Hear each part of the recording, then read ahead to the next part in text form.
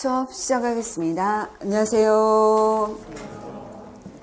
자, 이제 여러분하고 이제 토탈 솔루션 과정으로 이 책은 1권하고 2권으로 구성되어 있고요. 그리고 전체 과정은 사실은 기본 이론 과정에서 했던 내용에다가 조금 정교화시키고 좀 응용하고 조금 확장하고 그런 예시들을 좀 많이 우리가 좀 추가하는 식으로 진행이 될 거라고 보시면 됩니다. 수업 방식은 아마 여러분들 오늘 프린트를 받으셨겠는데 이 프린트는 그날 한 내용을 조금 복습하는 과정으로 좀 추가적인 내용을 책을 좀 찾아보거나 이러면서 복습하도록 하기 위해서 준비한 내용이고요. 그 다음에 쪽지 시험은 따로 있습니다. 그래서 아마 여러분께 나가는 게 지금 퀴즈 그리고 쪽지 시험인데 쪽지 시험은 항상 수업 시작 전에 30분 전에 2시 30분부터 3시까지 이렇게 이제 시험 준비하시고 3시부터 본 수업이 진행이 되고요. 그 다음에 이제 퀴즈는 매일 한 회 또는 2회씩 이렇게 나가게 될 겁니다. 그래서 그거는 여러분이 보강을 해주시면 좋겠습니다. 필요하시면 나중에 이제 활동지가 사실은 더 있긴 있는데 그거는 이제 좀 너무 많은 자료가 추가되는 것도 별로 여러분한테 도움이 되지 않으니까 상황을 봐가면서 하도록 하겠습니다. 자, 수업은 매번 우리가 했던 것처럼 일단 시험 범위가 어디냐, 여러분 이거 다시 한번 시험이 유형이 뭐냐, 출제 범위가 어디냐, 뭐 이런 것들 다시 한번 아마 여러분들이 좀 정확하게 찾아주시면 되시겠고, 그 다음에 출제 영역을 보시면 과학의 본성, 그 다음에 교육과정, 그 다음에 학습이론, 그 다음에 교수 방법, 그리고 교육평가 이렇게 진행이 된다라는 점을 잊지 마셔야 됩니다. 물론 제가 이렇게 화살표를 써놓은 것이 작년에 비해서 어떻게 변화가 되었나라는 건데 통계적으로 봤을 때는 이 차이가 별로 유의미한 차이가 되지 않습니다.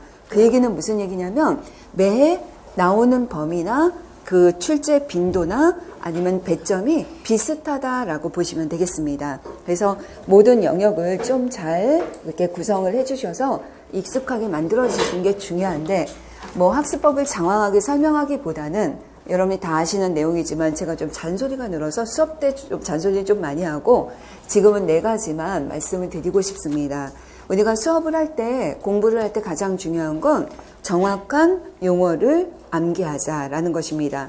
이게 두리뭉실하게 뭔가 실루엣만 아는 것이 아니라 용어를 정확하게 하자라는 거예요. 예를 들면 관찰의 이론 의존성 이런 거는 굉장히 많이 나옴에도 불구하고 시험이 출제가 되고 난 다음에 여러분들이 꼭 시험 보고 와서 선생님 관찰의 이론 의존성이 아니라 생각의 이론 의존성, 가설의 이론 의존성 뭐 이렇게 다른 용어로 바꿔서 썼어요 라고 이럴 때 어떻게 될까요? 라고 질문하시는 경우가 있어요. 하지만 이왕이면 우리가 명확하게 정의를 명확하게 외운다면 그런 거에 대해서 내가 불안할 필요가 없어져야 돼요. 불안 요소를 줄일 필요가 있습니다. 또 하나는 설명도 그래요. 내가 머릿속으로 아는 것과 실제 쓰는 거는 굉장히 달라요. 그래서 재수생들은 특히 조심하셔야 돼요. 다 아는 것 같죠. 다 아는 것 같지만 실제로 내가 써봤을 때 정확하게 쓰지 못한다면 그건 모르는 거랑 똑같아요. 제가 어떤 얘기를 하냐면 다른 시험에서 보통 우리가 시험 문제를 풀 때 한 문제당 3분 정도라고 계산이 됩니다. 작은 문제가. 하지만 내가 3분이 아니라 우리가 문제를 풀 때 편안하게 풀면 10분 정도 걸리면 다 풀어요. 그렇기 때문에 여러분은 내가 알고 있다라고 생각을 하는 거예요. 하지만 이 문제를 풀 수 있다는 것과 3분 이내 푸는 것은 다르다는 거예요. 지금 내가 10분이 걸려서 풀 수 있다면 이거는 아직 공부가 많이 부족하다는 거예요. 3분이 아니라 3분 걸려서 3분이 커트라인이라면 데드라인이라면 3분으로 여러분이 공부를 하시면 안 되고 1분 내지 2분 안에 풀 수 있도록 준비하는 게 더욱더 중요하다는 거예요. 그러니까 내가 지금 이걸 알고 있어가 중요한 게 아니라 그것처럼 위험한 게 없어요. 여러분은 알고 있어가 아니라 내가 1, 2분 안에 이거를 해결할 수 있어가 중요한 거예요. 그러니까 용어를 정확하게 하고 설명을 명확하게 이해를 하고 이게 이해가 안 된다면 예시 중심으로 꼭 반드시 예시 중심으로 그거를 이해하기 위해서 노력하시면 좋을 것 같습니다. 자, 두 번째는 제가 개념도라고 여기는 썼지만 저는 그런 얘기를 많이 해요. 내 손바닥 안에 딱 과학교육론을 들고 들어가자. 이렇게 얘기하거든요. 그건 뭐냐면 제가 맨날 말씀드리듯이 폴더에 보면 아마 여러분들도 이런 게 있을 거예요. 뭐 나의 개인 폴더도 있고 뭐 학교 과제 폴더도 있고 아니면 뭐 음악 폴더도 있고 이렇게 여러 가지 폴더가 있듯이 내 머릿속에 개념도라는 건 한 5개의 목차만 만들어 놓자는 거죠. 아까 우리가 말했던 것처럼 과학의 본성, 교육과정, 학습이론, 학습방법, 평가 이렇게 5개의 폴더를 놓고 뭐가 나오면 클릭해서 들어가면 그 안에 뭐 라카토스도 있고 포포도 있고 이런 식으로 더 깊이 있게 들어갈 수 있도록 여러분이 개념도를 먼저 만들어 놓고 틀을 만들고 거기다 살을 붙이는 형식으로 갔으면 좋겠다는 거죠. 세 번째는 제가 너무 누누이 말씀드리지만 이게 3 곱하기 1보다 1 곱하기 3이 크다는 거를 여러분이 명확하게 하셔야 돼요. 그게 무슨 뜻이냐면 자기의 손때가 많이 묻어야 돼요. 그러니까 지금부터도 저도 공부할 때 어떻게 했냐면 단거나 책은 단거나 그 다음에 두 번째는 뭐냐면 자료가 아무리 많더라도 여러분이 과학 교육과정 과학 그 교육론은 A4 용지 나중에는 A4 용지 한 페이지가 돼야 돼요. 무슨 얘기인지 아시죠? A4 용지 한 페이지만 놓고도 나중에는 한 페이지가 아니라 그냥 아까 말한 것처럼 5개의 카테고리만 놓고도 이 안에 뭐가 있어 나올 수 있을 정도가 돼야 돼요. 그러려면 여러분이 처음에는 그게 잘 안 돼요. 일단 책에다가 수업 들을 때 추가되는 내용도 일단은 다 써놓고 그 다음에 내가 거기서 추려내서 외울 수 있는 것 뽑아내고 그 다음에 그게 목차가 되고 목차가 다음에 소주제까지 되고 소주제 다음에 대주제만 가지고도 클릭해서 들어갈 수 있도록 이렇게 자꾸 줄여나갈 필요가 있어요. 그러려면 이거를 내가 한 권의 책을 손때가 묻어서 그래 내가 그 페이지를 풀면 오른쪽에 파란색으로 뭘 적었고 형광펜은 무슨 색을 썼고 이것까지 기억이 날 정도로 자기가 굉장히 익숙하게 만드는 작업이 필요하다고 생각이 됩니다. 자, 네 번째는 항상 모든 공부를 할 때 제일 중요한 건 간절함이에요. 욕심이 아니라 간절함이에요. 여러분 욕심은 뭐냐면 나 이만큼 했는데 어떻게 되지 않을까? 라는 거는 아무것도 안 돼요. 그게 아니라 나는 최선의 노력을 해서 일단 내가 최대한 노력을 해서 내가 꼭 되고 싶다. 그러니까 그러기 위해서 난 진짜 내가 최선을 다하고 노력을 하겠다. 그런 사람에게 준비된 사람에게 기회도 오는 거라고 생각이 됩니다. 그러니까 우리가 공부하면서 힘든 과정이 많겠지만 우리 같이 한번 열심히 달려보기로 하고요. 최대한 제가 좀 자세한 내용을 넣기는 하겠지만 여러분 뭐 아무래도 좀 쳐낼 거는 쳐내고 함께 커다란 틀을 잘 만들어 나가는 걸로 수업을 해 나가도록 하겠습니다. 자, 그러면 우리는 1장부터 바로 시작하겠습니다. 자, 1장은 여기가 이제 과학의 본성 파트가 되고요. 여기에서 과학의 본성에서 소주제를 우리가 들여다보면 여기 목차가 있지만 현대 과학교육의 목적, 그 다음에 과학의 정의, 그 다음에 지식, 그 다음에 과정으로서의 과학, 태도, 그 다음에 과학의 본성에 대한 교육, 이렇게 이제 목차가 나눠져 있습니다. 하지만 우리가 기초과정에서도 여러분께 틀을 만들어 드렸지만 과학의 본성에서 제일 중요한 건 뭐냐면 과학, 지식이 어떻게 형성되었지? 그 다음에 얘네들은 어떻게 변화되고 있는 거지? 이것이에요. 그러면 과학 지식이 형성될 때 우리가 사용하게 되는 과학적 방법에는 어떤 것들이 있지? 이 방법에 어떤 과학적 탐구들이 활용이 되었지? 라는 걸 볼 수가 있는 거예요. 그러면서 이렇게 과학 지식이 형성되고 변화되고 발전이 되는 것은 우리가 말하자면 세상 과학의 목적이 자연현상을 설명하는 거기 때문에 바로 이 설명체계가 이론이죠. 그렇기 때문에 우리는 과학이론이 뭐지? 그러면서 과학이론의 특성은 뭐지? 과학이론은 어떻게 변화되었지? 이런 것들로 되는 거예요. 그러면 우리가 이런 걸 할 때 지녀야 될 과학에 대한 태도는 어떤 것들이 있지? 이렇게 우리가 이렇게 한 요 정도의 목차로 줄일 수 있을 것 같아요. 여러분들이 여기에다가 좀 세부적으로 이제 내용을 추가시켜 보도록 하겠습니다. 자, 그러면 첫 번째부터 현대과학교육의 목표라는 것부터 시작해 보도록 하겠습니다. 자, 먼저 책을 같이 함께 읽으면서 진행하는 걸로 할게요. 자, 먼저 첫 페이지에 보시면 현대과학교육의 목적 나와 있죠. 여러분이 일단은 꼼꼼하게 읽으시는 게 중요합니다. 첫째, 현대사회는 과학과 기술에 영향을 준다. 맞죠? STS를 얘기하고 있어요. 현대사회가 과학과 기술에 또는 과학과 기술로부터 또 영향을 받는다. 그 다음에 여기에 보면 현대사회가 요구하는 능력을 길러주도록 과학교육이 해야 된다라는 목적이에요. 두 번째, 현대인은 그래서 과학의 기본적인 내용, 본성을 이해하고 사회 문제에 대해서 이해하고 의사결정을 하고, 세 번째는 모든 인류를 위한 과학을 위해서는 최소한의 모든 사람들이 최소한의 지식을 이해하고 있어야 되고, 하지만 그것뿐만 아니라 우수한 인재도 양성해야 한다. 이것이죠. 자, 이것을 줄여야 되겠습니다. 이게 지금 이렇게 책들이 있으면 읽으면 다 무슨 얘기인지는 아는데 내가 이걸 내 머릿속에 넣고 싶은 거예요. 그러면 어떻게 해야 될까요? 현대 과학교육의 목적이 무엇입니까? 그러면 가장 큰 목적은 뭐냐면 읽었을 때 모든 일을 위한 과학이에요. 이게 바로 뭐냐면 모든 일을 위한 과학을 위해서 모든 일반적인 대중들이 과학적 소양을 가지도록 하는 것이 현대 과학교육의 목적이다라는 것입니다. 그런데 이것뿐만 아니라 사실은 전문 인력 양성도 중요하다. 이렇게 볼 수 있는 거예요. 그렇죠? 그러니까 모든 사람들이 기본적인 과학적 소양을 갖추고, 하지만 그것만 있는 게 아니라 그 나라의 발전이나 과학기술의 어떤 사회의 발전에 맞춰서 대응할 수 있는 전문 인력도 필요하다. 이게 현대과학교육의 목적이에요. 그러면 여기서 과학적 소양이 무엇입니까? 라는 게 중요하죠. 뒤에 또 나와요. 이건 여러 번 반복할 거예요. 근데 과학적 소양이 뭐라고 그랬어요? 기초과정에서 우리가 외웠어요. 과학적 소양이 뭡니까? 과학의 교육의 목적하고 똑같아요. 목표하고 1번 인지, 탐구, 정의, STS 이런 식으로 진행이 되죠. 그러니까 우리가 소양이다 그러면 과학교육의 목표잖아요. 목적이잖아요. 그럼 목적을 달성하기 위한 목표들이 뭐냐?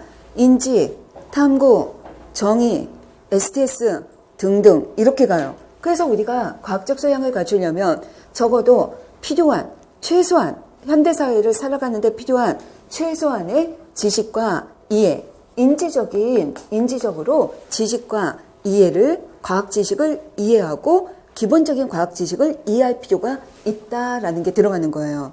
두 번째는 뭐죠? 여기서 어떤 과학적 방법을 활용할 수 있어야 된다. 최소한의 현대사회를 살아가는데 필요한 과학적 방법을 가지고 문제를 해결할 수 있어야 되는 거죠. 탐구 능력이 있어야 돼요. 관찰하거나 아니면 측정하거나 이런 것들은 기본적인 거는 필요하다는 거예요. 그 다음에 세 번째는 뭐죠? 자연현상에 대해서 흥미와 호기심을 가지고 문제를 인식할 수 있는 것들, 흥미, 호기심 이런 것들에 대한 정의적인 요소가 필요하다는 거예요. 그 다음에 이런 것들이 기본이 되면서 여기 STS를 인식하고 있어야 돼요. STS가 뭐예요? 사회가 과학과 기술에, 과학과 기술이 사회에 서로 영향을 미치는 관계를 이해할 수 있어야 되는 거예요. 이거죠? 그래서 어떻게 할 건데요?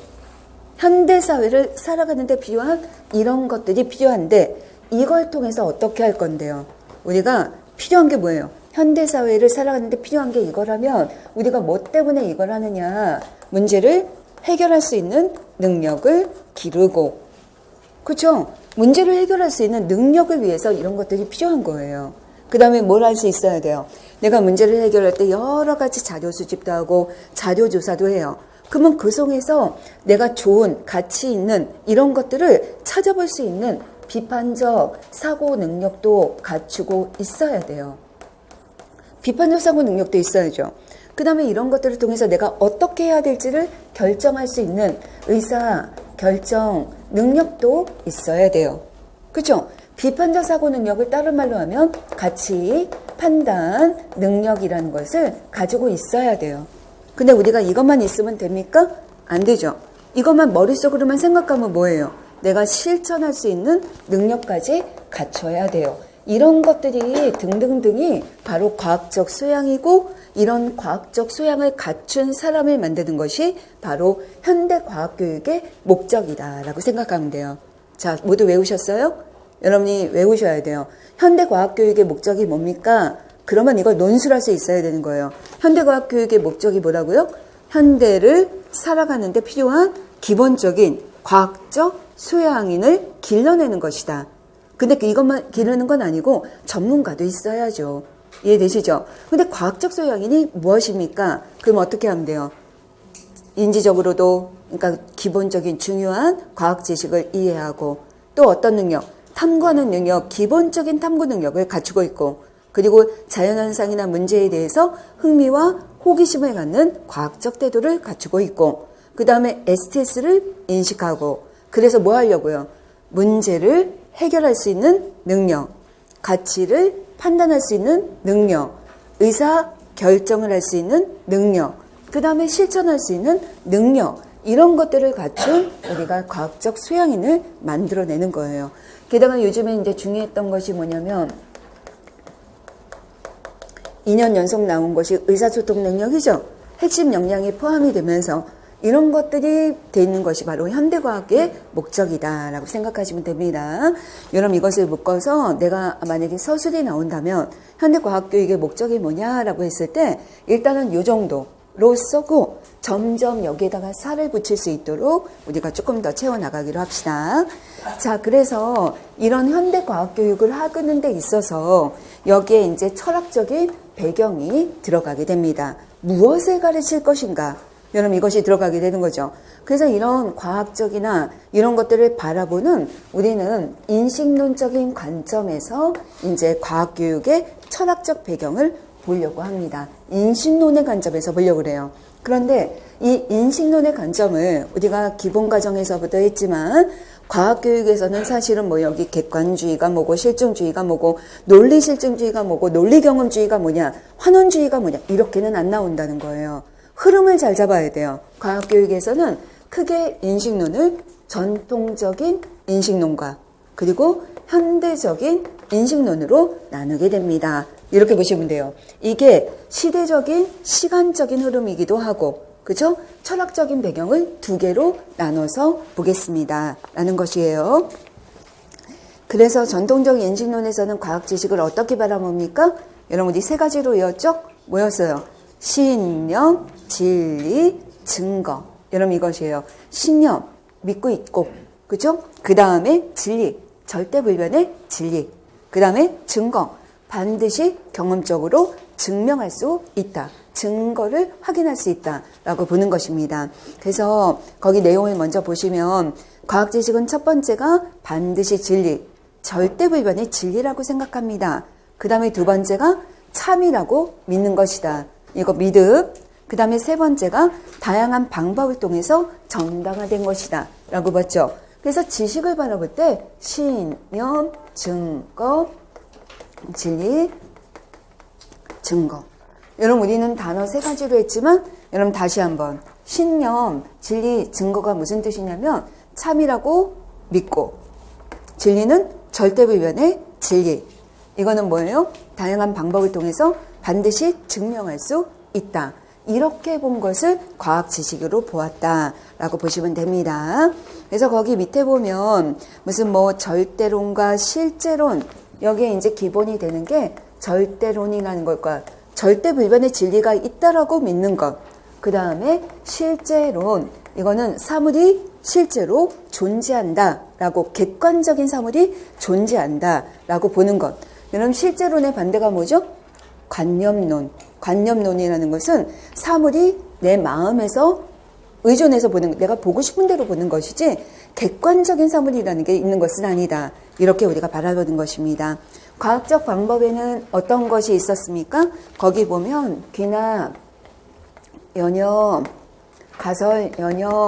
가설연역법 여러분 이런 것들이 과학적 방법이다라고 대표적으로 내세운 것입니다. 이렇게 보시면 되죠.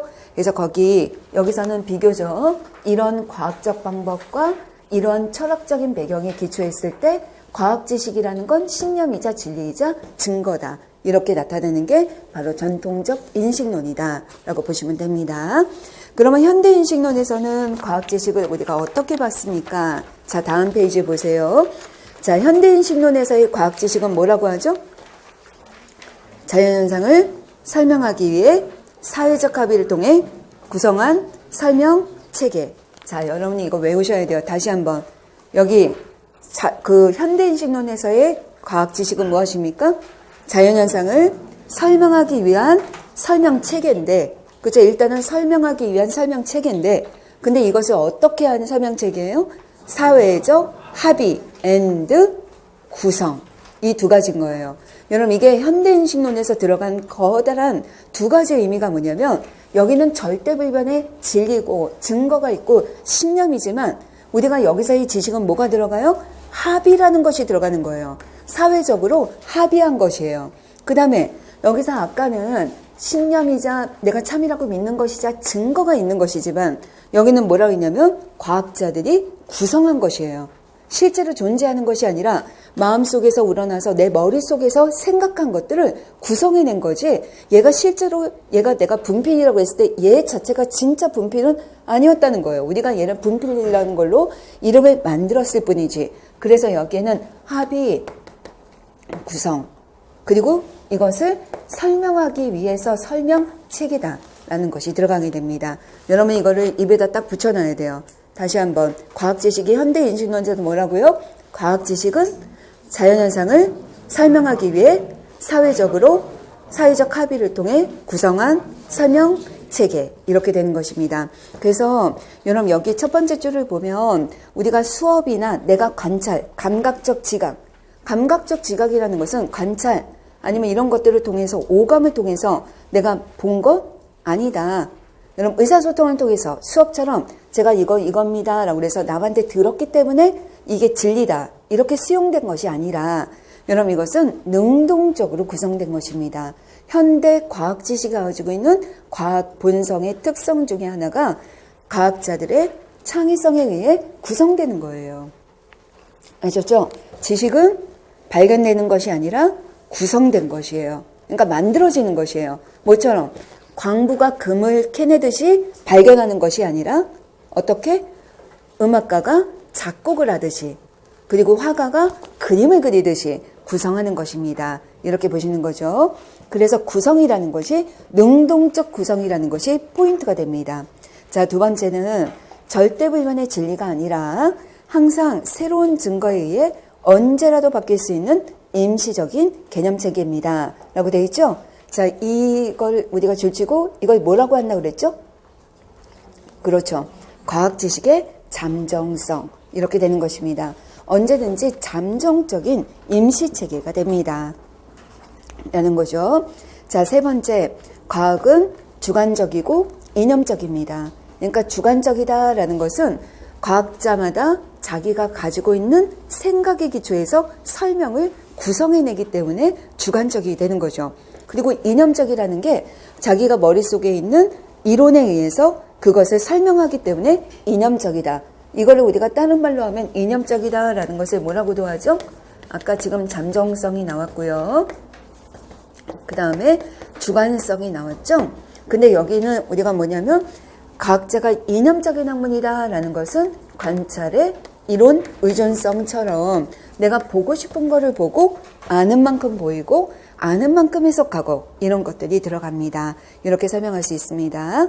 그래서 실제 과학이론은 당시의 사회적 환경이나 가치관과 가장 잘 어울리는 것만 살아남고 이런 진화 과정을 통해서 발달한다라고 보는 것입니다. 그러니까 과학 지식이 계속적으로 변화된다라는 거죠. 그렇기 때문에 과학 지식은 당대의 문제를 가장 잘 해결할 수 있는 것만 계속적으로 발달해서 나타납니다. 그렇기 때문에 비합리적인 학문이다라고 설명할 수 있다는 것입니다. 그래서 거기 비합리적인 학문이라는 요소가 나오게 됩니다. 자, 그래서 이렇게 우리가 커다란 배경으로 인식론적인 관점 두 가지를 한번 살펴봤습니다. 자, 그러면 이번에는 과학의 정의와 본질로 들어가 보겠습니다. 여러분 거기 보면 과학의 정의는 여러분이 한 번씩 그냥 읽어보시면 될 것 같아요.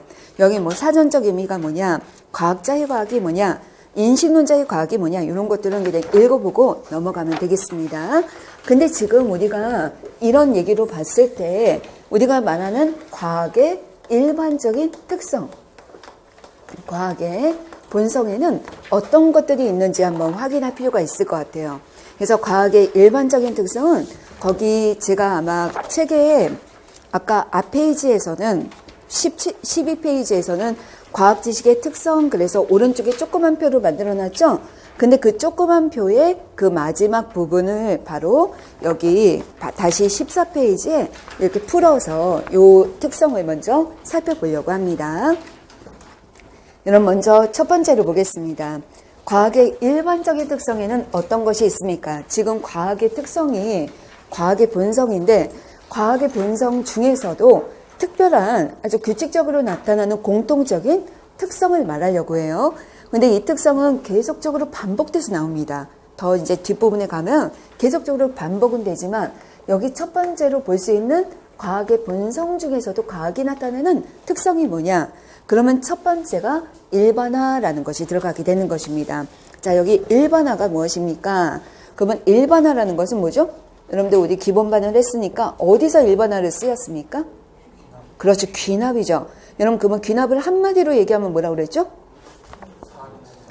그렇죠. 사실들, 관찰, 사실들, 간에 뭐를 발견하죠? 그렇죠. 공통점과 차이점 같은 규칙성을 발견해서 이것을 일반화, 그 일반화예요.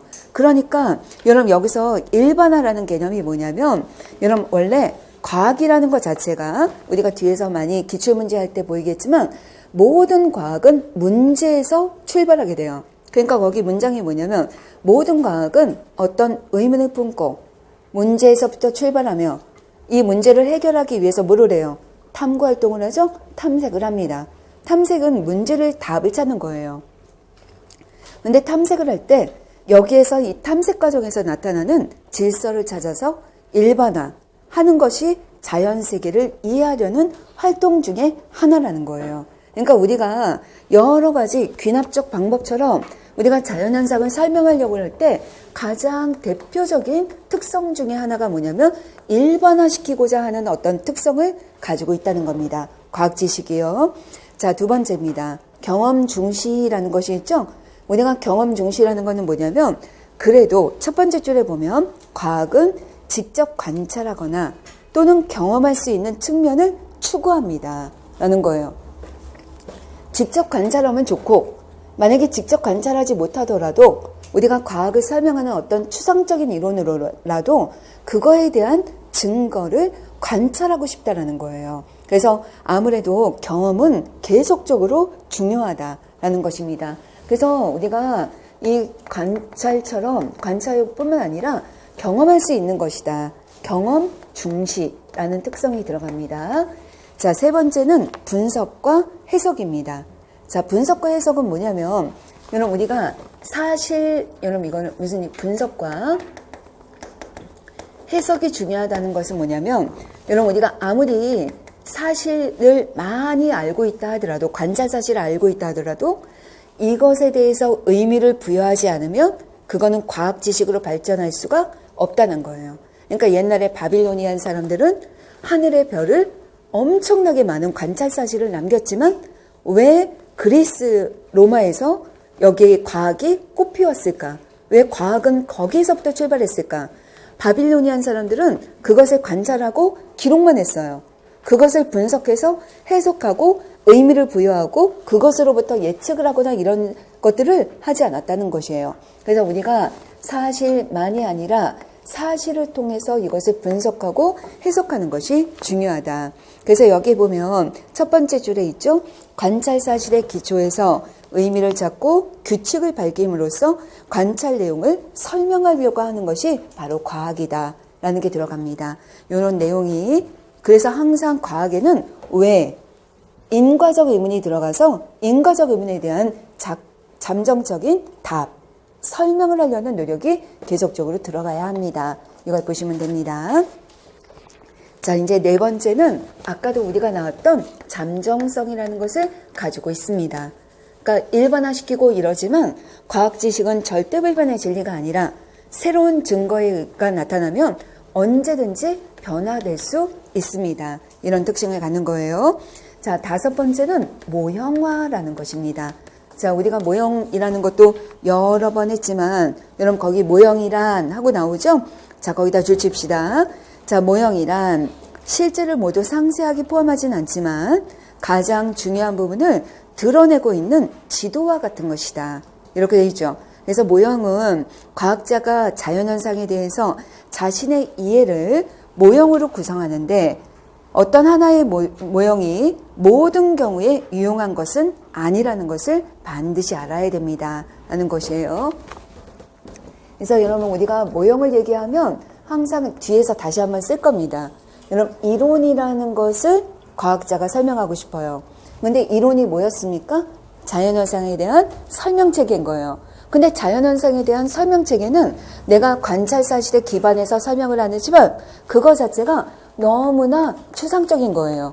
그러니까 이게 너무 추상적이기 때문에 이론을 표현할 수 있는 방법이 모형이라는 거예요. 그래서 우리가 모형이라는 것은 이론을 설명하기 위한 도구로서 쓰이는 것입니다. 이렇게 되는 거예요.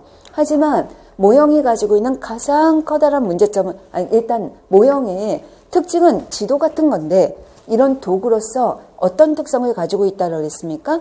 추상적인 것을 어떻게 해주죠? 구체화 시켜주고 그 다음에 시각화 시켜주고 그리고 이것이 친근하게 느껴지게 되고 그렇게 함으로써 이론 추상적인 이론을 잘 설명할 수 있다는 장점이 있습니다. 이런 특성을 가지고 있기 때문에 어떤 장점을 가지게 되죠? 이런 모형이 이런 특성을 가지고 있기 때문에 어떤 장점을 가지게 되죠?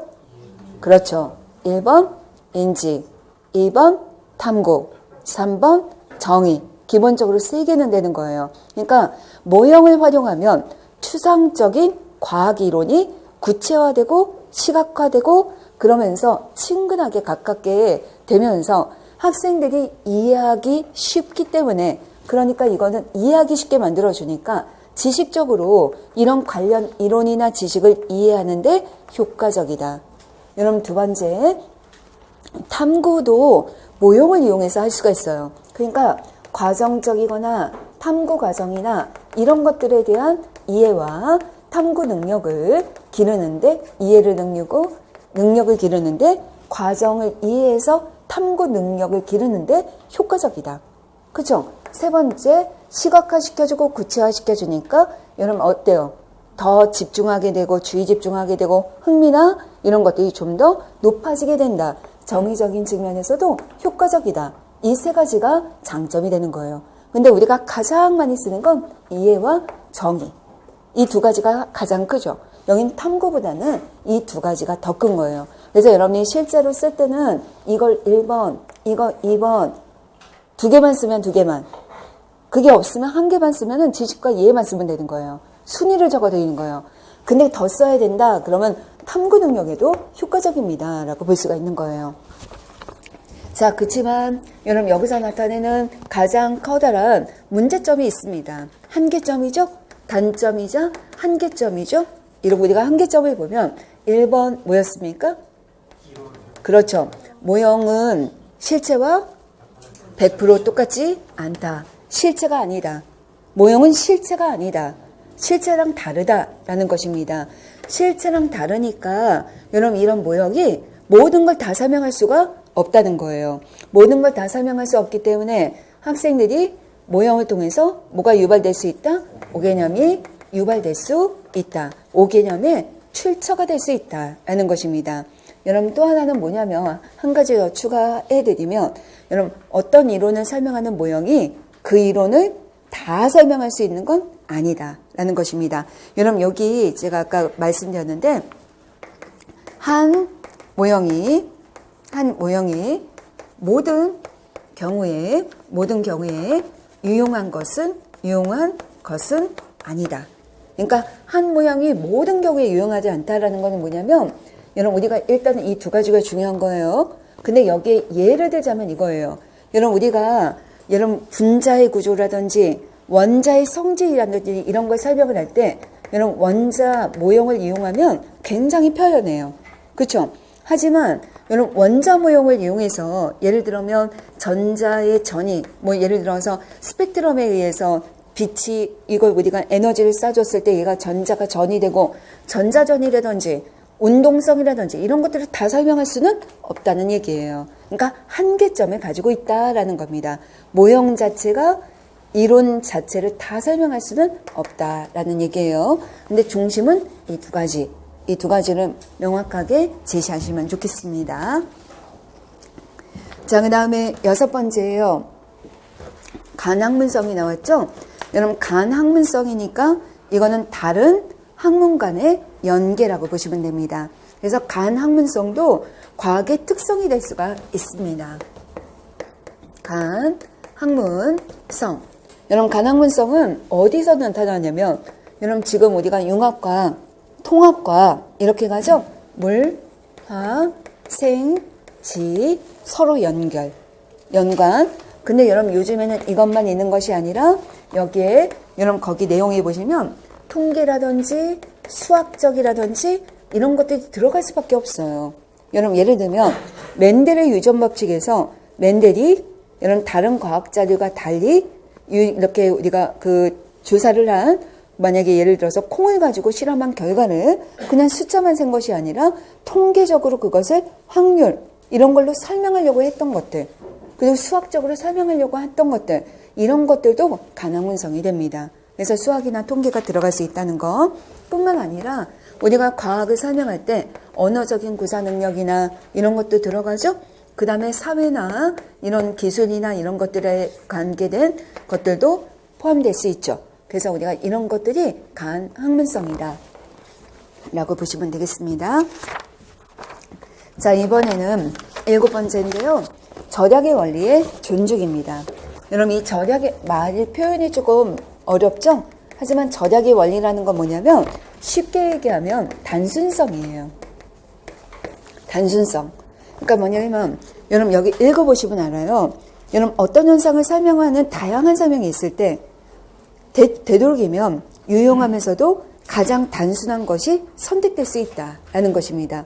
이왕이면 상대성 이론이고 뭐고 다 설명이 있지만 우리가 예를 들면은 우리가 그 아인슈타인을 얘기할 때 E는 MC 스퀘어 뭐 이렇게 해가지고 그것으로부터 또 이렇게 풀어나가고 이런 것들처럼 될 수 있으면 간략하게 표현하려는 그런 성질을 가지고 있다라는 것입니다. 자, 8번째는 일관성이죠. 어떤 자연현상이 일관된 규칙이나 이런 것들에 의해서 일관성을 지닐 수 있도록 해야 된다. 그래서 이 8가지가 과학의 특성을 가지고 있다라고 볼 수 있어요. 여러분 이걸 순서대로 외우는 것 자체는 의미가 없어요. 지금은 여러분 이게 8가지가 뭐지? 1번 일반화, 2번 경험유지 이게 아니에요. 여기는 그게 아니라 지금은 각각의 의미가 뭐지? 과학은 일반화하려는 특성이 있지. 일반화의 특성이 뭐냐면 귀납법이 중요해가 아니에요. 귀납법이 중요한 게 아니라 자연현상을 설명하다 보면 뭔가 규칙성을 발견해서 뭔가 일반화시키려고 하는 것을 추구한다는 거예요. 그 다음에 경험을 중시한다. 분석과 해석, 잠정성, 모형화, 간학문성, 절약의 원리, 그리고 일관성 이런 것들이 특성으로 지니고 있다. 이렇게 정리를 해두시기 바랍니다. 자, 그 밑에 보면은 이제 과학의 종류가 나와요. 근데 과학의 종류는 순수, 응용, 과학과 기술은 한 번씩 읽어봐 주시면 될 것 같습니다. 자, 근데 이제 과학의 정의를 우리가 들어가 보면 우리가 과학을 정의하는 과정이 여러 가지가 있는데 이건 사실 이 과정은 여기에 이제 좀 더 들어가서 보면 과학을 정의할 때 전통적 인식론에서부터 현대적 인식론으로 바라봤을 때가 다르다는 거예요. 우리가 뒤에 가서 다시 나오겠지만 옛날 사람들은 그냥 과학을 지식체계로만 봤다는 거죠. 그럼 거기 보이는 것처럼 그냥 물화생지 아주 절대적이고 객관적인 신념, 증거, 진리 이렇게 봤다는 측면이 바로 전통적인 인식론적인 측면으로 볼 수 있어요. 지식체계니까 지식이 누적되고 쌓여서 현재의 지식이 된 거야 라고 보는 것입니다. 자, 두 번째는 지식체계와 방법으로 보는 입장이 있어요. 그러니까 지식 체계도 중요하지만 여기 우리가 과학적 방법이라는 것도 중요하다라고 보는 과정이고요. 세 번째는 지식 체계 그리고 방법 플러스 알파. 그래서 점점 현대지 인식론으로 올수록 여러분 여기서 플러스 알파라는 거는 뭐냐면 여기 여러분이 그림에도 있지만 지식 체계도 있고 탐구 방법도 있고 여기 플러스 알파에는 사고 과정이라든지 과학자의 사고, 철학 이런 것들이 다 들어갈 수 있다는 것입니다. 그래서 이렇게 우리가 현대 인식론으로 보자면 지식 체계만도 아니고 과정만도 아니고 여기에 과학자의 생각이나 철학 이런 것들도 포함되어 보는 것이 맞다라고 보시면 되겠습니다. 자, 그래서 우리가 지식이라는 거를 이제 조금 더 자세하게 들어가 보도록 할게요. 자, 우리가 특성까지 우리가 봤는데 과학 지식으로서의 과학이 무엇입니까? 라고 봤을 때 페이지 17페이지 위쪽을 보시면 과학 지식의 정의가 두 가지로 나와 있어요. 아까 우리가 했던 거예요. 전통적 인식론의 관점에서는 뭐라고 봅니까? 신념, 진리, 증거. 근데 신념 어떤 신념? 참이라고 믿는다. 그 다음에 절대불변의 진리다. 그리고 검증될 수 있는 것이다. 그래서 합리적으로 보는 것입니다. 합리적이고 객관적이고 절대적이다라고 보는 것입니다. 하지만 현대인식론에서는 뭐라고 봅니까? 이거는 현대인식론에서의 과학 지식은 과학자가 구성한 것이다. 그리고 이것은 합의한 것이다. 언제든지 바뀔 수 있다. 이게 비합리적이다. 이렇게 되는 거죠. 그래서 이거를 뭉뚱그려서 한 문장으로 표현하면 자연현상을 설명하기 위해 사회적으로 합의를 통해 구성한 설명 체계 이렇게 말하는 것이에요. 그래서 이게 과학 지식의 정의가 됩니다.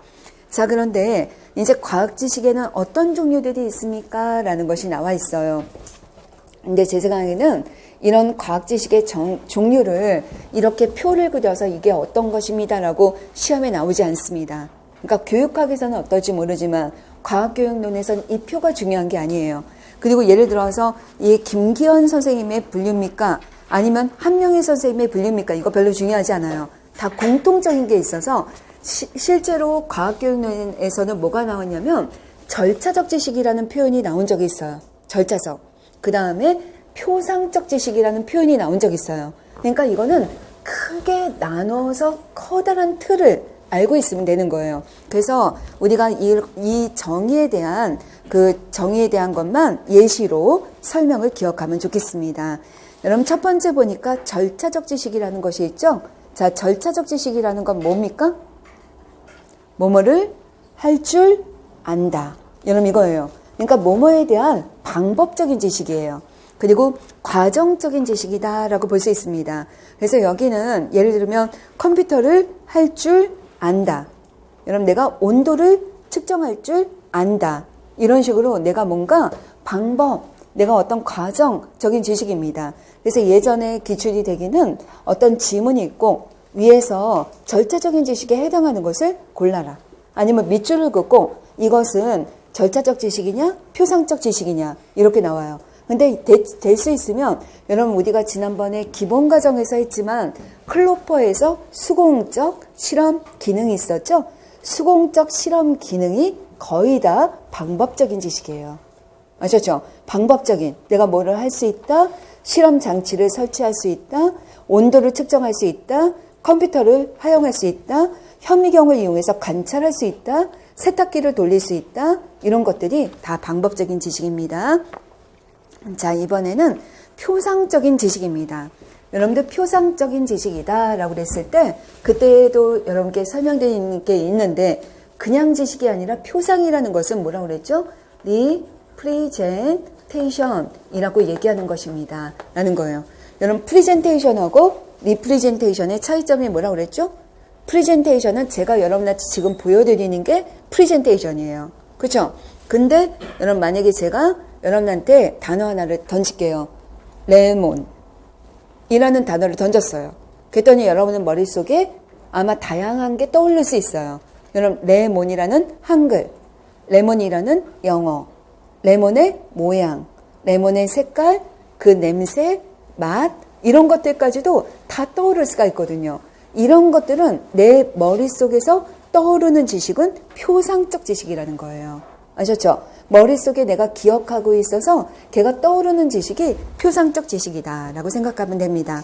그래서 여기 뉴턴의 법칙을 안다. 내가 뉴턴의 법칙을 머릿속으로 기억하고 있는 거죠. 이런 것들이 표상적 지식입니다. 경험적 지식이라는 건 뭐냐면 표상적 지식에 속하고 있죠. 경험에 의한 거죠. 아까도 말했지만 여러분 레몬의 맛, 레몬의 향기 이랬을 때 여러분은 그게 어떤 건 줄 알고 있죠. 레몬의 맛은 시어. 만약에 이렇다면 그런 것들은 바로 경험을 통해서 이루어진 지식이라는 거예요. 그래서 이런 거는 감각적 경험의 바탕을 둔 지식이다. 여기 대표적인 게 달이 지구 주위를 공전한다는 것은 수많은 과학자들이 이거를 관찰한 결과 이거 공전한다는 것을 알게 된 거죠. 선험적 지식이라는 건 뭐냐면 선험. 여러분 이게 뭐냐면 경험 이전이라는 거죠. 비욘드죠. 그러니까 경험에 이전한. 그러니까 뭐냐면 내 머릿속으로 생각되는 합리적인 아니면 순수 이성 이런 것들에 의해서 정의된 이런 것들이라고 생각하시면 됩니다. 순수한 사고만을 바탕으로 정의된 정당화된 지식이다 라는 거죠. 그래서 대표적인 게 뭐냐면 이런 수학적인 어떤 정의들, 이 공리들 이런 것들이 바로 선험적 지식이다 라고 보시면 되겠습니다. 여러분 이 밑에 보면 함명회와 러셀에 분류해서 사실적 지식이라는 것이 있어요. 근데 사실적 지식인데 사실이죠. 여러분 사실이다 주시고 우리는 사실을 배운 적이 있어요. 자, 사실을 조금 이따가도 또 배우겠지만 사실을 한마디로 얘기하면 뭐라고 그랬습니까? 오감을 통해 관찰한 바를 기술한 것. 이것이죠. 그러니까 결국은 사실적 지식이라는 거는 뭐랑 똑같아요? 경험적 지식이에요. 오감을 통해 관찰한 바를 기술한 것을 내가 알고 있는 것입니다. 그러니까 경험을 통해서 우리가 알게 된 지식이다라고 보시면 돼요. 여러분 논리적 지식이라는 건 뭐냐면 여러분 내가 설명이 덧붙인 것이다 라고 생각하시면 됩니다. 그래서 설명하는 주어 자체가 어떤 서술 부분이 우리가 포함되어 있다라고 해서 포유동물에 대한 정의가 덧붙여서 서술된 지식, 그러니까 정의가 들어있는 거죠. 그래서 이런 것들이 논리적 지식이고요. 규범적 지식은 여러분이 기억할 때 규범, 도덕 이런 것들이 뭐냐면 도덕적 지식이라든지 아니면 규범적 지식이라는 거는 거의 비슷한 거예요. 여러분 이거는 뭐하고 관련이 있을까요? 그렇죠? 가치 판단이에요. 좋다, 나쁘다. 여러분 이것은 이롭다, 해롭다. 이런 것들. 뭔가 내가 가치 판단이 포함되어 있는 지식이 바로 여긴 규범적 지식이다 라고 생각하면 됩니다. 그래서 대표적인 게 뭐 환경 호르몬은 인체에 해롭다, 흡연은 우리 몸에 해롭다 이런 것들이 여기에 해당이 된다 라고 보시면 되겠습니다. 자, 이렇게 지식의 종류인데 사실 최근 들어서 절차적 지식이 시험에 잘 안 나왔어요. 하지만 기출이 되었다는 것은 굉장히 중요합니다. 그래서 여러분이 절차적 지식하고 표상적 지식은 줄을 쳐놓으시고 여기는 기출이잖아요. 여러분이 나중에 책을 읽을 때도 물론 앞쪽에서도 다 과학의 본석은 무조건 다 기출이죠. 하지만 거기가 포인트가 아니라서 제가 별표를 안 해드렸어요. 근데 여기는 여기다 기출이니까 뭔가 여러분만의 표시를 해두시기 바랍니다. 형광펜으로 표시를 하던 아니면 뭐 기라고 쓰던 아니면 여러분 나름대로의 표상이 있으면 좋겠습니다. 자, 그러면 우리는 여기에 조금 더 들어가서 그렇다면 여기서도 봤지만 과학 지식에는 여러 가지 종류가 있는데 이 과학 지식을 구성하고 있는 요소에는 어떤 것들이 있을까라는 것으로 보겠습니다. 과학 지식의 구성 요소로 들어갑니다. 여러분 이 구성 요소는 여기서부터 시작할게요. 구성 요소에는 사실, 그 다음에 또 뭐가 있죠? 개념, 그 다음에 뭐죠? 법칙, 그 다음에 뭐죠? 원리, 그리고요 이론, 이렇게 구성이 되어 있습니다. 근데 이론과 거의 비슷하게, 그러니까 대등한 수준은 아니지만 이론의 또 다른 표현 형태가 모형. 여러분 이론은 아니지만 여러분 이론과 현대인식론에서 이론과 비슷한 어떤 형태를 가지고 있는 것 중에 또 하나가 가설, 이런 것이 있는 것입니다. 그래서 우리가 이렇게 구성 요소를 알아볼 텐데, 자, 먼저 내 구체적인 내용을 들어가기 전에 우리가 기본에서 열심히 했는지 한번 각각의 정의를 한번 해볼게요. 사실은 뭐라고 그랬습니까? 관찰한 바를, 오감을 통해 관찰한 바를 기술한 것. 이런 개념은 뭐였습니까? 자연현상에 대한 사물이나 현상에 대해서 어떻고요? 공통적인 증거 속성. 이것이 됩니다. 법칙은 뭡니까? 개념 간의 관계. 이런 원리는 뭡니까? 법칙에 대한 법칙인데 오늘은 좀 여기에다가 조금 더 살 붙일 거예요. 그 다음에 이론. 이론은 뭐였습니까? 자연현상에 대한 설명, 체계 이렇게 되는 거예요. 실제로는 위상으로 봤을 때 위계상으로는 이론적으로 갈수록 높다라고 볼 수 있습니다. 근데 이제 선생님들이 지금 최근 들어서 이게 시험에 아직 안 나왔거든요. 근데 종종 사실이 뭐냐, 개념이 뭐냐, 법칙이 뭐냐, 원리가 뭐냐, 이론이 뭐냐는 시험에 나옵니다. 예를 들어서 지문을 주고 위 지문에서 개념에 해당하는 걸 써라. 법칙에 해당하는 걸 써라. 원리에 해당하는 걸 써라. 이론에 해당하는 걸 써라. 이런 것이 나와요. 그래서 이 부분이 여기에 해당하는 내용으로 분리하는 게 나올 가능성이 조금 있습니다. 최근 들어서 나오지 않았으니까. 그래서 여기 과학 지식의 구성 요소는 여러분 때는, 여러분이 시험 보실 때는 다른 때보다 약간 비중을 높여서 공부를 하셔야 됩니다. 예시를 보셔야 돼요. 자, 우리가 먼저 사실이라는 개념을 보겠습니다. 사실은 언제 나왔냐면 2014년도 생물 문제에 나온 적은 있어요. 그때 뭐라고 했냐면 그때는 대체적 개념틀 이론에서 나온 적이 있어요. 대체적 개념틀 이론에서. 거기 뭐라고 그랬냐면 지문의 마지막 부분에 사실은 오개념이 아니다. 이런 표현이 하나가 있었어요. 여러분 사실하고 오개념은 완전 다르다. 이렇게 얘기한 거예요. 그래서 사실이라는 것은 우리가 생각할 때 이거는 뭐냐면 개념이나 오개념 같은 내 머릿속에 있는 것은 뭔가 관찰된 게 들어와서 내가 어떤 내 머릿속에 어떤 증거 속성 같은 것으로 자리를 잡은 것이고 사실은 그냥 있는 그대로의 표현이다 라고 보시면 됩니다. 그래서 우리 사실은 지금 좀 전에도 얘기했지만 오감을 통해 관찰한 바를 기술한 것 이것입니다. 그래서 우리가 첫 번째 줄에 감각 그렇죠? 오감이에요. 자, 두 번째는요. 자연 속 사물이나 현상이 관찰에 의해 진술된 바. 여러분 이거죠. 그러니까 그걸 묶어서 우리가 지금 뭐라고 그랬어요? 오감을 통해 관찰한 바를 기술. 이것이 바로 사실이다. 이렇게 보시면 됩니다. 자, 그렇기 때문에 여러분 이 관찰은 커다란 문제가 있었습니다. 여러분 이제 사실을 하려면 여러분 이것이 오감을 통한 관찰에 우리가 의존하고 있다는 것에 문제가 됩니다. 그래서 이 관찰 자체가 가지고 있는 여러 가지 문제가 있어요. 여러분 그런데 여러분 우리 이제는 지금 우리는 이론을 완전하게 완결시키는 과정이니까 인식론적인 관점이 머릿속에 있다라고 생각하고 이것을 사실을 전통적 인식론자들이 말하는 것과 현대적 인식론자들이 말하는 것으로 설명할 수가 있어야 돼요. 여러분 전통적 인식론자들은 뭐라고 설명해요? 객관적인 사물이 존재한다고 보는 거예요. 실제론. 아셨죠? 실제론이고 절대불변의 사실이라는 게 존재한다라고 보는 거예요. 그러니까 관찰 사실 자체가 객관적이고 합리적이고 절대적이고 증명될 수 있는 거예요. 이런 특징을 가지고 있는데 우리는 현대 인식론자들은 관찰을 볼 때 뭐라고 볼까요? 관찰이 여러분 이것이 객관적일까요? 아니라는 거예요. 여러분 아까 사물이 객관적인 사물이 존재한다. 이게 실제론이죠. 여러분 그런데 실제론하고 대비되는 것이 뭐라고 그랬습니까? 관념론이죠. 여러분 관념론은 뭐라고 그랬냐면 마음의 사물은 실제하는 것이 아니라 내가 보고 싶은 대로 보는 거예요. 마음에 의존하는 거예요. 그게 달라요. 근데 그거를 우리가 그렇게 쓰면은 논술에서 좋은 점수 못 받아요. 그렇죠? 어떤 문제점이 있습니까? 관찰에는 첫 번째 제일 중요한 문제점이 지금 뭐예요?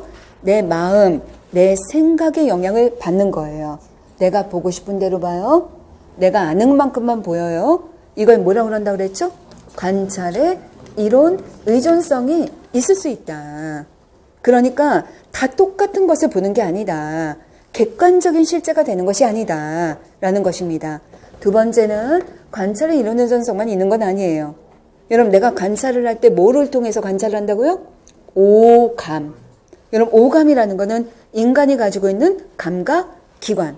여러분 내가 감각기관이 있는데 저도 이제 나이가 드니까 자꾸 가물가물거리고 여러분 눈이 자꾸 안 보이고 이럴 때 있잖아요. 여러분들도 피곤할 때 눈이 안 보이고 이럴 때 있죠?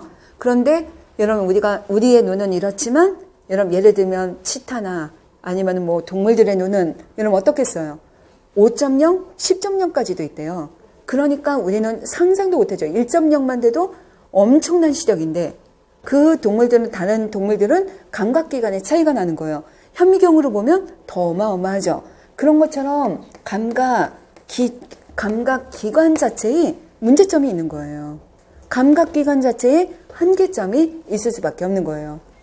그래서 감각기관의 한계, 감각기관의 의존성 있을 수 있죠. 그 다음에 세 번째 또 가장 큰 문제가 있어요. 그것이 뭐냐면 인지구조의 의존성입니다.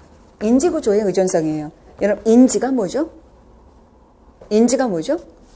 내가 어떤 걸 봤을 때 여러분 이것을 내 머릿속에 들어와서 내가 인지하게 되는 과정의 처리 과정이에요. 말하자면 어떻게 보면 정보 처리, 정보가 입력이 돼서 내가 그것을 인식하게 되는 과정, 이게 인지 과정이에요. 근데 우리가 인지 과정의 가장 큰 것대로 하는 말이 뭐냐면 우리가 뭐 화장을 할 때나 아니면 옷을 입을 때나 여러분 이게 착시 현상을 이용하는 경우 되게 많잖아요. 그런 것처럼 우리가 똑같은 크기임에도 불구하고 어떻게 우리가 배치하느냐에 따라서 크기가 달라 보이는 것들은 정보 처리 과정에서 내가 이거를 다르게 인지할 수 있다는 거야. 대표적인 것이 바로 착시가 되는 거죠.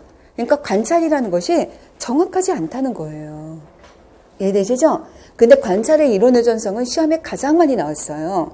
관찰의 이론 의존성은 최근에도 나온 적이 있고 많이 나왔는데 감각기관이나 인지구조의 의존성 표현은 나온 적은 없지만 물리에서 한번 관찰의 부정확성이 나온 적이 있어요. 부정확성. 이런 것들이 바로 누구 때문이냐면 감각기관이나 인지구조의 의존성 때문에 부정확성이 생길 수밖에 없다는 것입니다. 이해되셨죠? 그래서 여러분 우리가 사실이다라고 했을 때 현대인식론자들은 어떻게 되느냐, 어떻게 설명하냐면 거기 오른쪽에 표에 있는 거 보세요. 이론에 의존하지 않는 중립적이고 객관적인 관찰이나 사실이란 존재할 수 없다. 아셨죠? 그러니까 이걸 한마디로 쓰면 관찰의 이론 의존성이 있다. 모든 관찰은 이론 의존성이 있다. 그걸 풀어서 쓰면 뭐냐면 두 번째예요. 관찰자의 지식, 선행 개념, 그 사람이 가지고 있는 어떤 설명 방식에 대한 이론, 생각에 의존한다라는 걸 보는 겁니다. 이해되시죠? 그래서 이게 바로 현대적 인식론자예요. 근데 여기에 써놓은 거는 관찰의 이론 의존성이 가장 중요하니까 이것만 쓴 거죠. 하지만 여러분은 추가로 세 가지를 가지고 있으면 좋겠습니다. 그래서 일단 첫 번째 사실이라는 거의 정의가 뭐라고요? 그렇죠. 오감을 통해 관찰한 바를 기술. 그런데 이렇기 때문에 전통적 인식론자들은 사실을 뭐라고 그러죠? 객관적으로 중립적으로 존재. 하지만 현대 인식론자들은 뭐라고 본다고요? 객관적인 관찰이란 있을 수 없다. 뭐 때문에?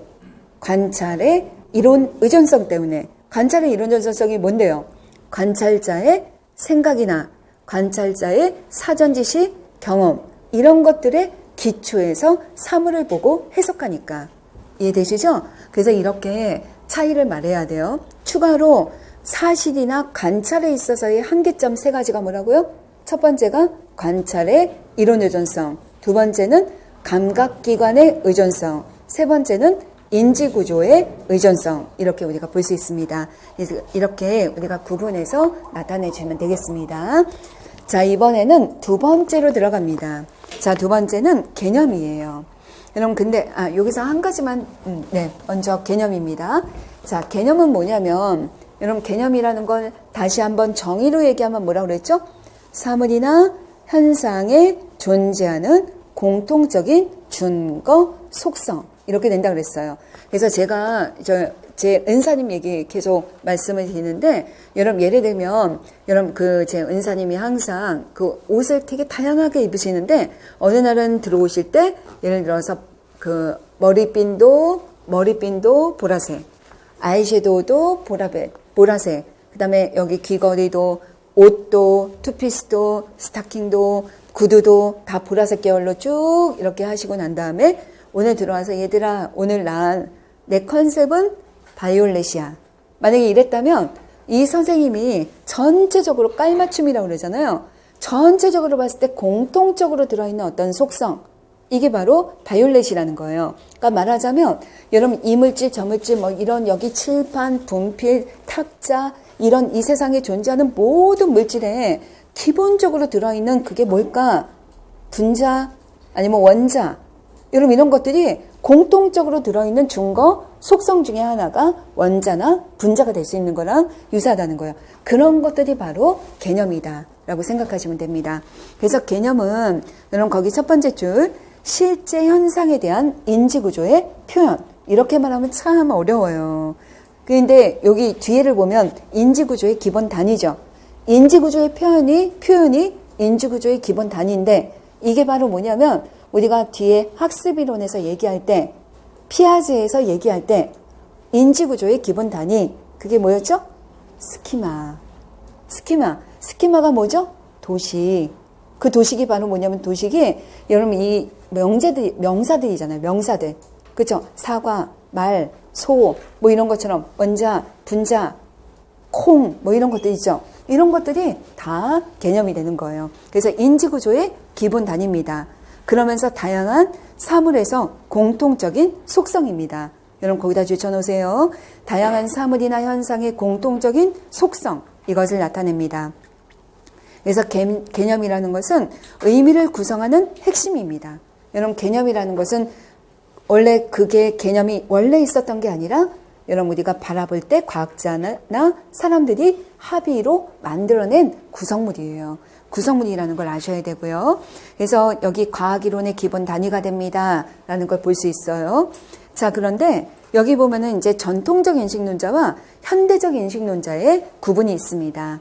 전통적 인식론자는 뭐라고 했냐면, 일반적으로 공통적인 특성을 갖는 일련의 사물이나 현상을 표상하는 것이다. 똑같죠? 정의는 똑같아요.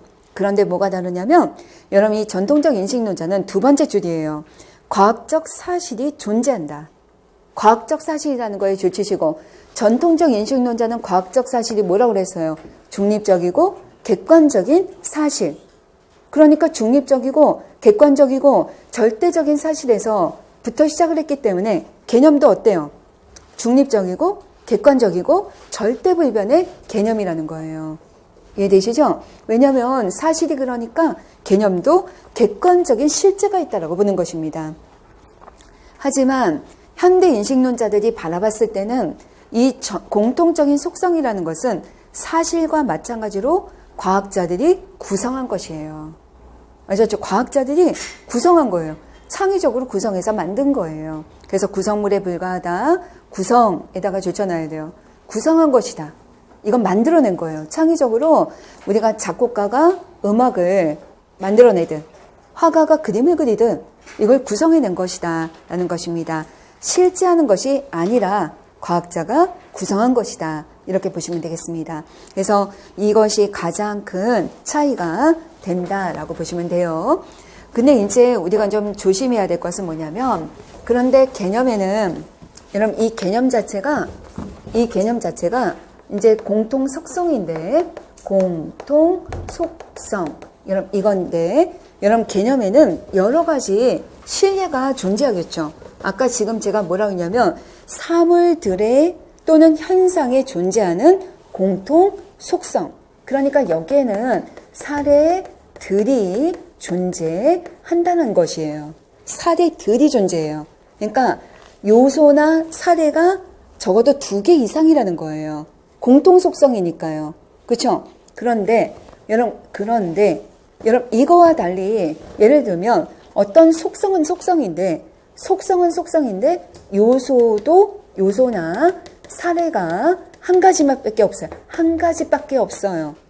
여러분 예를 들면 여러분 이거의 대표적인 게 아인슈타인이 말한 아인슈타인의 이거는 개념이 아직 아니에요. 근데 상대성 이론이라는 것 자체도 이것도 하나의 명사니까 이것도 개념이에요. 개념이자 이 이론 안에 내용이 있는 거죠. 하지만 이것은 아인슈타인의 상대성 이론은 아인슈타인이 말한 상대성 이론 그 하나밖에 존재하지 않는 거예요. 상대성 이론이 여기저기 상대성 이론 이렇게 아니라 그 이론으로 설명할 수 있는 예는 많지만 상대성 이론이라는 이 용어 자체는 바로 아인슈타인의 상대성 이론은 여기에서 아인슈타인만 말한 것만 한 가지입니다.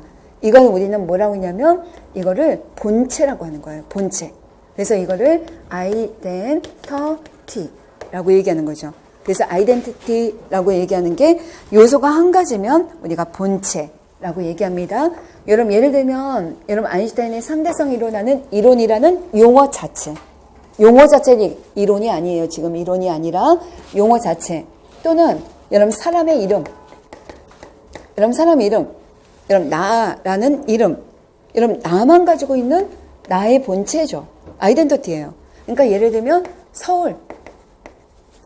여러분 전 세계에서 서울이라는 도시는 뭐 여기 서울이라는 특성을 가지고 있는 이런 도시 하나. 이게 바로 이런 것들은 본체라고 하는 것입니다. 근데 이거에 구분하게 하기 위해서 제가 조금 요인을 조금 더 넣어봤어요. 그러니까 이렇게 여러분 설명하시면 되겠고요. 여러분 개념하고 또 이걸 비교할 수 있는 것 중에 하나가 뭐냐면 개념하고 구인은 달라요. 개념은 구인이 아니에요. 여러분 근데 이 구인이라는 말이 여러분 나오는 경우가 좀 있어요. 여러분 어떤 경우에 나왔었냐면 여러분 구인이 언제 처음 나왔었는지 기억나요? 평가에서 나왔었어요. 구인타당도 기억나십니까? 여러분 구인타당도에서 그때 얘기할 때 그쵸? 심리적 구인. 여러분 이런 거 얘기할 때처럼 저는 이걸 여러분이 외울 때 약간 구성 요인처럼 이렇게 외우면 좋은데 이 구인은 말하자면 논리적 추리나 수학적 계산으로 알아내는 것이 바로 구인이다. 이렇게 보는 거예요. 개념하고는 좀 차이가 있다라고 보셔야 됩니다. 그래서 책에 나온 거를 이게 여러분 과학교육의 이론과 실제 여러분 책 병행해서 보시죠? 근데 아마 여러분이 그냥 보시면 엄청 조금 진도가 잘 안 나가실 거예요. 이거 보고 여러분들께 퀴즈 나가는 거는 과학교육의 이론과 실제 그걸 베이스로 해서 한번 찾아보고 쓸 수 있도록 만들어 놨으니까 한번 찾아보시면서 보시면 돼요. 근데 여기서 구인이라고 얘기한 것과 개념의 예를 우리가 볼 수가 있어요.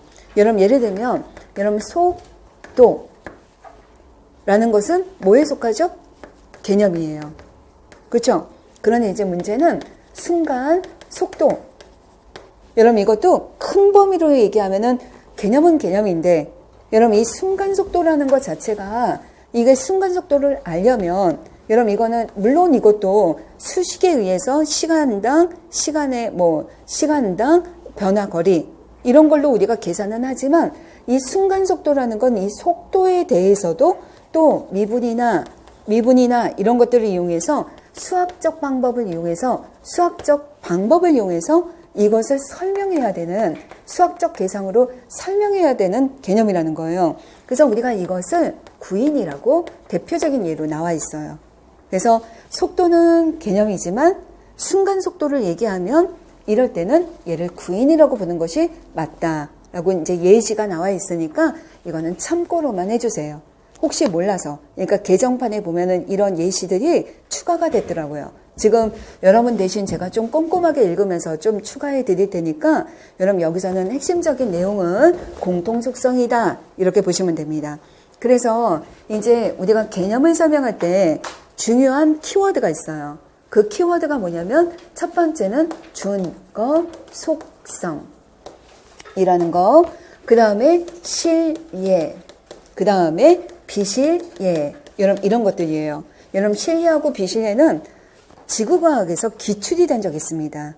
과일반하냐 아니면 부족한 일반하냐 뭐 이런 것들로 출제가 된 적이 있어요. 근데 그거 심화돼서 나가는 건 나중에 할 거예요. 하지만 실례와 비실례를 구분할 수는 있어야 돼요. 실례는 뭘까요? 실례라는 건 이 개념이 가지고 있는 중거 속성을 모두 가지고 있는 예시가 될 때 실례가 되는 거예요. 하지만 여러분 이 중거 속성을 모두 만족하지 못하면 비실례가 되는 거예요. 여러분 예를 들어서 보겠습니다. 여러분 예를 들어서 보면 이런 경우가 있어요. 우리가 원자라는 개념이 있어요. 원자라는 개념이 있다라고 해보겠습니다. 여러분 그러면 이 개념에 속하는 실례에는 어떤 게 있을 수 있겠어요? 예를 들면 수소 원자, 탄소 원자, 황 원자 이런 것들이 실례가 될 수 있는 거예요. 그런데 여기에 속하지 않은 비실례는 예를 들어서 내가 물이라고 하거나 아니면 CO2라고 하거나 여러분 이러면 요 속에 원자는 있지만 이거는 원자가 아니라 분자라는 개념으로 들어가 버리기 때문에 여러분 하나의 원자, 하나의 원소로 이루어져 있는 어떤 원자의 개념이 아니라 얘는 여러 개의 원자로 구성되어 있는 화합물인 거예요. 그러니까 이런 경우는 비실례가 되는 거예요. 아셨죠? 그래서 이런 개념만 기억하고 계세요. 그러니까 다시 한번 지금 절대 제가 많은 걸 지금 추가한 거 절대 없어요. 기본 개념에다가 덧입혔어요. 뭐가 덧입혔냐면 개념이 뭐라고요? 정의가 사물이나 현상에 존재하는 공통 속성 이게 개념이에요. 그런데 이 개념을 설명하기 위해서는 세 가지 이런 용어들이 나올 수가 있다는 거예요. 중거 속성이라는 건 개념을 설명하고 있는 개념이 가지고 있는 그런 공통 속성들이에요. 그게 중거 속성. 이런 중거 속성을 모두 만족시키는 예가 실례. 근데 모두 만족시키지는 못하는 이런 것들은 비실례. 이렇게 하는 거예요. 그래서 여러분이 실례와 비실례를 구분할 수 있어야 돼요. 예전에 지구과학에서는 이것이 화강암에 속하는 거냐 아니면 현무암에 속하는 거냐 이러면서 거기에 예시들을 이렇게 많이 나왔었으니까 그걸 좀 참고로 해주시면 좋겠습니다. 이게 개념이고요. 여러분 이 구인은 일단 추가해 놓고 나중에 더 덧붙일 거예요. 일단은 지금은 요거는 옆에다가 써놓기만 하세요. 요거는 플러스로 들어가는 걸로. 자, 그래서 여기 써보시면 거기 이제 구성된 것이다. 여러분 이런 것들에 초점을 두시면 되겠고요. 자, 오른쪽에 보면 개념의 종류가 많이 나와 있어요. 여러분 오른쪽도 조그만 글씨도 꼭 읽어봐 주시기 바랍니다. 근데 오른쪽에 보면 개념의 종류, 그래서 거기 보면 거기 네 번째 줄에 보시면 구체적인 개념과 그 다음에 한 7번째 줄에 보면 추상적인 개념 이렇게 구분하기도 된다. 이렇게 돼 있습니다. 구체적인 개념이라는 건 뭐냐면 구체적인 개념 그냥 말뜻 그대로 감각기관을 통해서 내가 이것을 관찰에 의해서 경험한 것을 기술했으니까 구체적인 개념. 추상적인 개념은 뭐냐면 순수 사고 과정을 통해서만 나오게 된 개념을 추상적인 개념이라고 얘기합니다. 근데 이제 그 밑에 보면 또 다른 예로 분류 개념, 비교 개념, 수량 개념으로도 나오죠. 그래서 분류 개념이라는 것은 예를 들면은 생물에서처럼 무슨 뭐 표유류 이런 식으로 나오게 되는 그런 어떤 분류 체계에 의해서 나오게 된 개념들. 그 다음에 비교 개념이라는 것은 말하자면 순서나 서열화 이렇게 해서 서로 양을 비교하거나 이럴 때 많이 나오게 되는 거. 그 다음에 수량 개념으로는 뭐 무게라든지 아니면 크기라든지 수라든지 이런 것들이 바로 수량 개념 이렇게도 분류가 됩니다. 하지만 이거를 외우라는 거 아니에요. 그렇지만 어떤 용어가 우리 시험에서 나올지는 몰라요. 그러니까 그렇지만 모든 거를 다 외울 수는 없어요. 하지만 이런 거는 이해하고 넘어가는 거예요. 아, 이렇게 하면은 이렇게 의미를 이해하면 되겠구나 라는 정도고 정의를 명확하게 해주시면 되겠습니다. 자, 그러면 두 가지만 다시 한번 외워볼까요? 자, 사실. 그러면 뭐라고 그랬죠? 오감을 통해 관찰한 바를 기술한 것. 이게 됩니다. 자, 근데 우리가 전통인식론과는 달리 현대인식론에서는 뭐라고 사실을 얘기합니까? 정확하고 객관적이고 중립적인 사실이란 있을 수가 없다. 왜? 세 가지 때문에. 가장 중요한 건 첫 번째 때문에. 첫 번째가 뭡니까? 관찰의 이론 의존성. 두 번째는 뭐예요?